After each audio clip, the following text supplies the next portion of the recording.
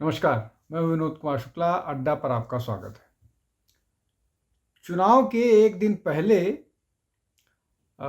जिस तरह का मसला महाराष्ट्र में उठ खड़ा हुआ है, उसको देख के लग रहा है कि कांग्रेस को ये लगने लगा है कि एक बैठे बिठाए एक बड़ा मसला मिल गया है, जो शायद उनकी नैया महाराष्ट्र में पार लगा पाएगा। इसलिए कि वोट जिहाद को लेकर के बड़ी कोशिशों के बावजूद भी वो मामला परवान चढ़ता हुआ नहीं दिख रहा है।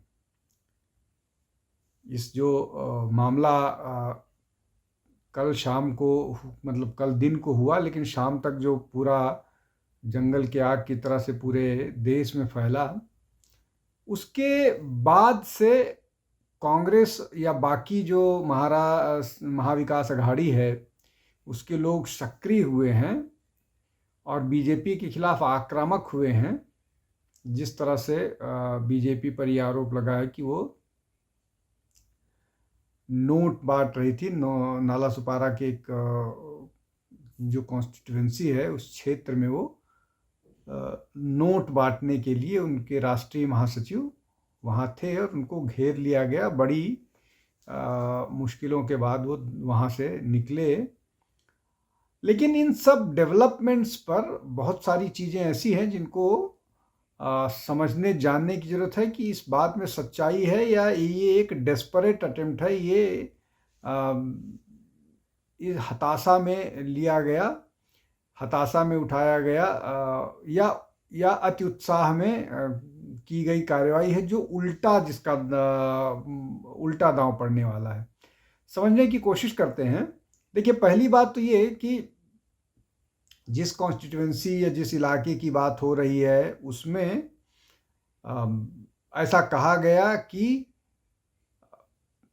जो भारतीय जनता पार्टी के राष्ट्रीय महासचिव हैं, वो पैसा वहाँ बांटने के उसमें थे। 5 करोड़ रुपए की बात हुई। तो दो पहलू ये हो गए कि पैसे बांटने की बात हो गई, तो पैसे किसको बांटे जाएंगे, किसको बांटे जाने थे, वहाँ कोई बेनिफिशियरी नहीं था। ये होटल की घटना है। दूसरी, 5 करोड़ रुपए कहाँ थे, किसके पास, किस उसमें थे, रिकवर कितने हुए। तो फिर अगर रिकवर नहीं हुए, रिकवर लगभग 9 लाख के आसपास, 9,60,000, 9,63,000 के आसपास रिकवरी हुई है।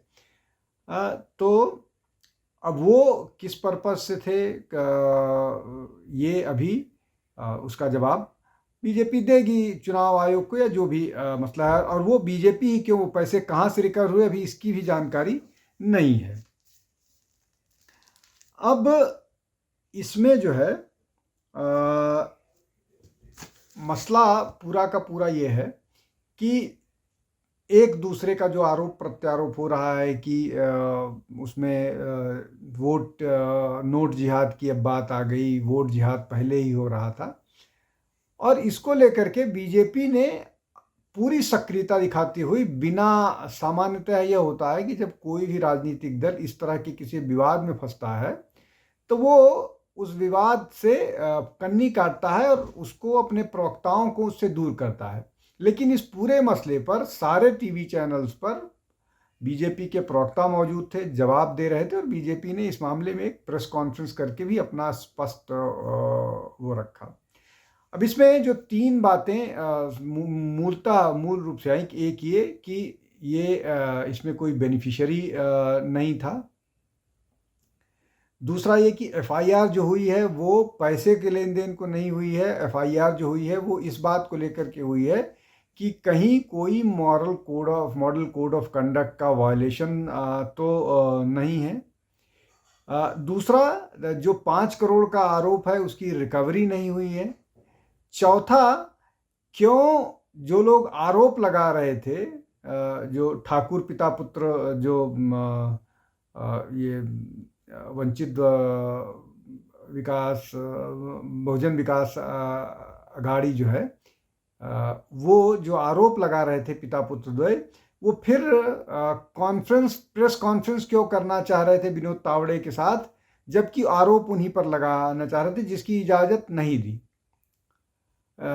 चुनाव आयोग ने। अब विनोद तावड़े का ये कहना है कि ये पूरी तरह से झूठ है और वो सीसीटीवी फुटेज के रिकॉर्ड के लिए तैयार हैं। बाकी और जो जहाँ जहाँ से आए जिसका प्रूफ जो भी और प्रमाण इकट्ठा किए जा सकते हैं, पैसे के बारे में जो भी जानकारी है उसको हासिल करने, वो सब उसके लिए तैयार हैं। तो अगर ये दूसरा मसला हो गया, पुलिस जो इन्वेस्टिगेट करना चाह रही है। तो जब इस सब तरह की बात विनोद तावड़े कर रहे हैं और जो ये जो पिता पुत्र जो आरोप लगा रहे हैं नाला सुपारा और दूसरी कॉन्स्टिट्यूएंसी से जो प्रत्याशी हैं, उसके बाद जो वो प्रेस कॉन्फ्रेंस करना चाह रहे थे जिसकी इजाज़त नहीं दी गई, उसके बाद और बाकी क्या रह गया है। अच्छा, इस पूरे मामले को ये जो दो बड़े नेता, जो दो बहुजन विकास अघाड़ी के नेता हैं, वो तो अब इस मामले में उतना सक्रिय नहीं दिख रहे हैं, इसलिए कि शायद उनको चीज़ें समझ में आ गई या उनके कार्यकर्ताओं को भी समझ में आ गई, इसलिए कि इंडोर बैठक में ये सारी चीज़ें चर्चा की जा रही थी। लेकिन इस पूरे मामले को शिवसेना, उद्धव ठाकरे वाला फैक्शन, कांग्रेस और शरद राष्ट्रवादी कांग्रेस पार्टी शरद पवार, इन तीनों फैक्शन ने इसको लूट लिया है, मतलब इसको लैप अप कर लिया है। अब इस पर वो ज़्यादा बोल रहे हैं और बार बार ये आरोप लगा रहे हैं कि नहीं, ये बीजेपी पैसे का खेल करती है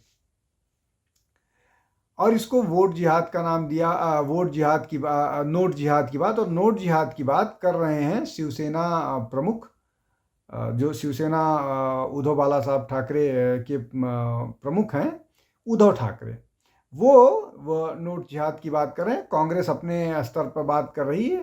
कांग्रेस ने कल पैसे को लेकर के और अडानी के साथ अपने मोदी के संबंधों को लेकर के एक प्रेस कॉन्फ्रेंस राहुल गांधी ने की थी, जिसमें उन्होंने तिजोरी दिखाया था, सेफ जिसको उन्होंने बोला था। तो ये बेसिकली कनेक्ट करने की कोशिश कर रहे थे कि आप एक हैं तो सेफ हैं, तो उसको उसमें एक बड़े ड्रामेटिक ढंग से राहुल गांधी ने तिजोरी खोलते हुए, जिसको बार बार सेफ कह रहे थे, वहाँ से अडानी और प्रधानमंत्री नरेंद्र मोदी का फोटो निकालते हैं और उसको कुछ समझाने की कोशिश करते हैं। मुझे लगता है कि वो बात इतनी क्लिष्ट तरीके से या इतना सुपरफिशियल सा है कि शायद जिन लोगों ने उस प्रेस कॉन्फ्रेंस की योजना बनाई थी, उन योजना बनाने के अलावा कम से कम जनता को तो ये बात नहीं समझ में आएगी कि राहुल गांधी क्या कहना चाह रहे थे अडानी के मामले में।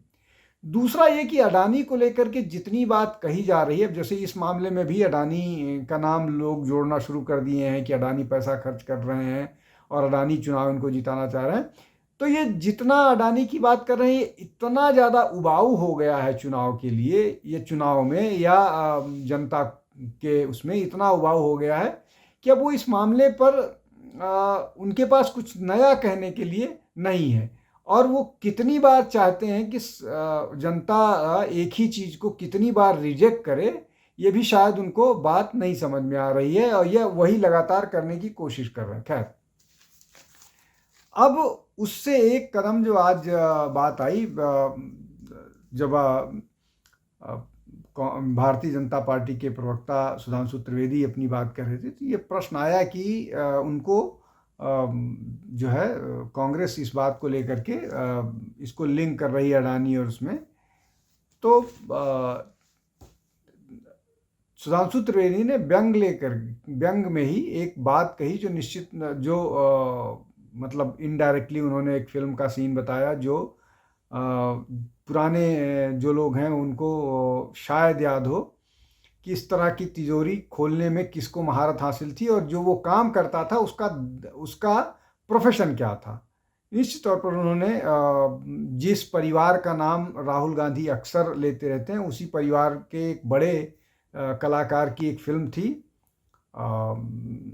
कालिया, उसके सीन की सुधांशु त्रिवेदी चिंता कर रहे थे। उसमें कालिया में क्या किरदार था उसको समझने की ज़रूरत है।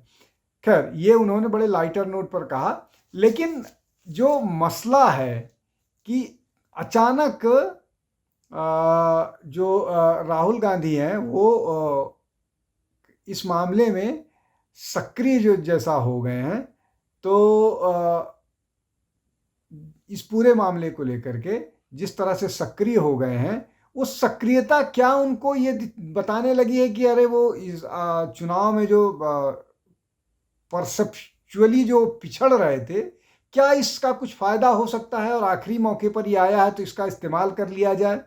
कितना इस्तेमाल कर पाएंगे? देखिए, इसमें निश्चित तौर पर शहरी इलाकों में अगर इस परसेप्शन को वो किया जाए तो इस पर थोड़ा प्रभाव इसका लोगों पर हो सकता है।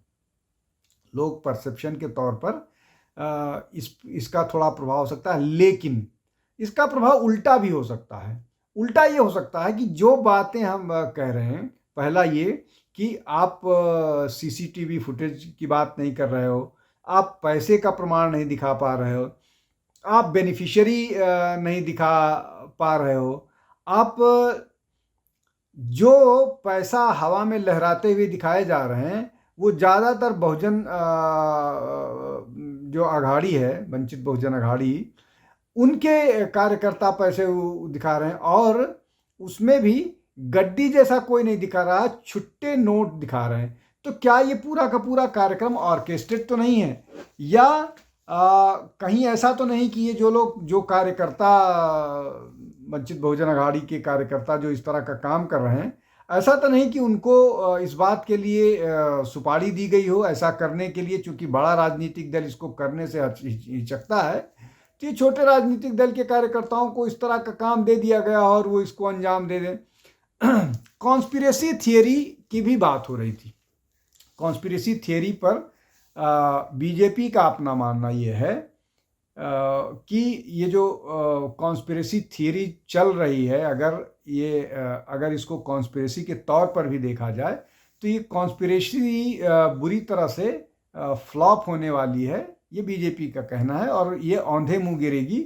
इसमें फायदा की जगह महाविकास अघाड़ी को नुकसान हो जाएगा। और वो बात कुछ हद तक सही इसलिए भी हो सकती है कि एक तो ये पूरा का पूरा मसला शायद पूरे महाराष्ट्र में आज की घटना के बाद पूरे महाराष्ट्र में इतनी तेजी से नहीं जा सकता है। बहुत सारे इलाके हैं जहां प्रचार तंत्र का इतना वो नहीं है कि वो पहुंच पाए, हालांकि सोशल मीडिया ने प्रचार तंत्र को बहुत मजबूत किया है, फिर भी अभी वैसी स्थिति नहीं है कि लेकिन शहरों में इसका प्रभाव होगा। लेकिन शहरों में अगर ये प्रभाव होगा तो जो प्रश्न बीजेपी कह रही है कि पैसा नहीं दिख रहा है, सीसीटीवी में कहीं कोई दिख नहीं रहा है, कोई बेनिफिशियरी नहीं दिख रहा है, पैसा घुमाते हुए तो जो वंचित बहुजन अघाड़ी हैं उनके ही लोग दिख रहे हैं, तो ये भी तो नैरेटिव जाएगा कि इस तरह की साजिश कर रही है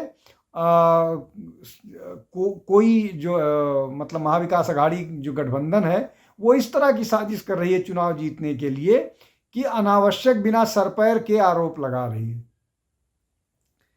जबकि बीजेपी लगातार उन पर ये कह रही है कि जो कांग्रेस है वो इस तरह के उनके लोगों के यहाँ से तो 200 करोड़ 250 करोड़ 350 करोड़ तक रिकवर हुए हैं, और तो और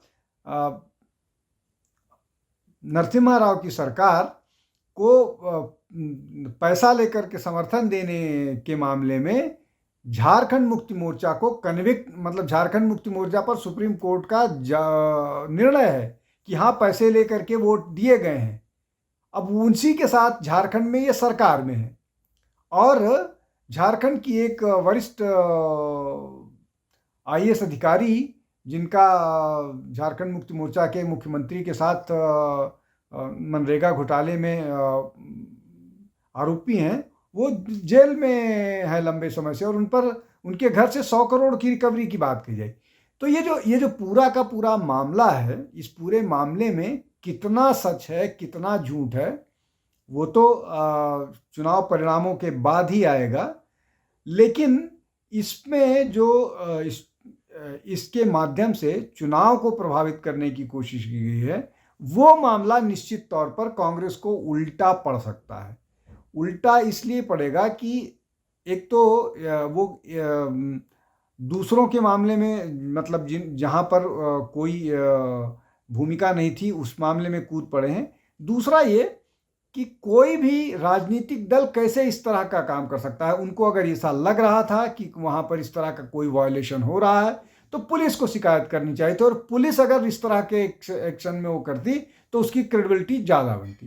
तो इसलिए मुझे लग रहा है कि ये दांव उल्टा पड़ सकता है कांग्रेस के लिए, महाविकास आघाड़ी के लिए। एक तरफ जहां ये बात की चर्चा हो रही है कि जो जो बसई बिरार वाले इलाके में जहां ये सारी घटना घटी है विनोद तावड़े के पैसा बांटने के आरोप को लेकर के, बसई बिरार नाला सुपारा वो सारा जो इस अघाड़ी का, मतलब वंचित बहुजन विकास अघाड़ी का जो मतलब एरिया ऑफ इन्फ्लुएंस है, वहाँ पर जो ये घटना घटी है होटल में, उस होटल में जो ये दिखाया गया है कि सूटकेस या जो जहाँ पर जिसमें पैसे को कैरी किए जाने की बात है, वो किसी भी दृष्टि से उसमें 5 करोड़ रुपए नहीं जा सकते हैं। तो ये एक फैक्ट की बात भी लगातार कही जा रही है। अब इन सब के अलावा जो है महाराष्ट्र के एक पूर्व आईपीएस अधिकारी रविंद्रनाथ पाटिल ने बिटकॉइन जो करेंसी स्कैम है उसमें सुप्रिया सुले और नाना पटोले, राष्ट्रवादी कांग्रेस जो शरद पवार गुट के कार्यकारी अध्यक्ष हैं उनका, और महाराष्ट्र कांग्रेस के अध्यक्ष नाना पटोले के नाम की बात कही। उन्होंने ये भी कहा है अपने जो ट्विटर पोस्ट में जो एएनआई ने किया है उसमें ये कहा गया है साफ तौर पर कि जो ड्यूबियस फॉरेन फंडिंग है उसका चुनाव में ये लोग उपयोग करते रहे। अब ये एक नया मामला शुरू हो गया है, और कल वोटिंग से पहले इस तरह की चीज़ें लगातार आना इस चुनाव को निश्चित तौर पर बहुत इंटरेस्टिंग बना रहा है। अब ये चुनाव किस करवट लेगा ये तो 23 तारीख को पता लगेगा, लेकिन ये जो आरोप और प्रत्यारोप का दौर शुरू हुआ है इसने निश्चित तौर पर चुनाव को बहुत न केवल रोचक बना दिया है, बल्कि किस तरह से इसको बीजेपी या ये कह लीजिए कि महायुति या महाविकास आघाड़ी हैंडल करती है, और इसमें किसको कौन नैरेटिव को बढ़िया बना पाता है, अपने पक्ष में कर पाता है, ये तो 23 को ही पता लगेगा। लेकिन निश्चित तौर पर ये एक बड़ा गर्म सा चुनाव या बहुत ऐसा चुनाव होने वाला है जो निश्चित तौर पर लंबे समय तक याद किया जाएगा। आज के लिए बस इतना ही। बहुत बहुत धन्यवाद। नमस्कार।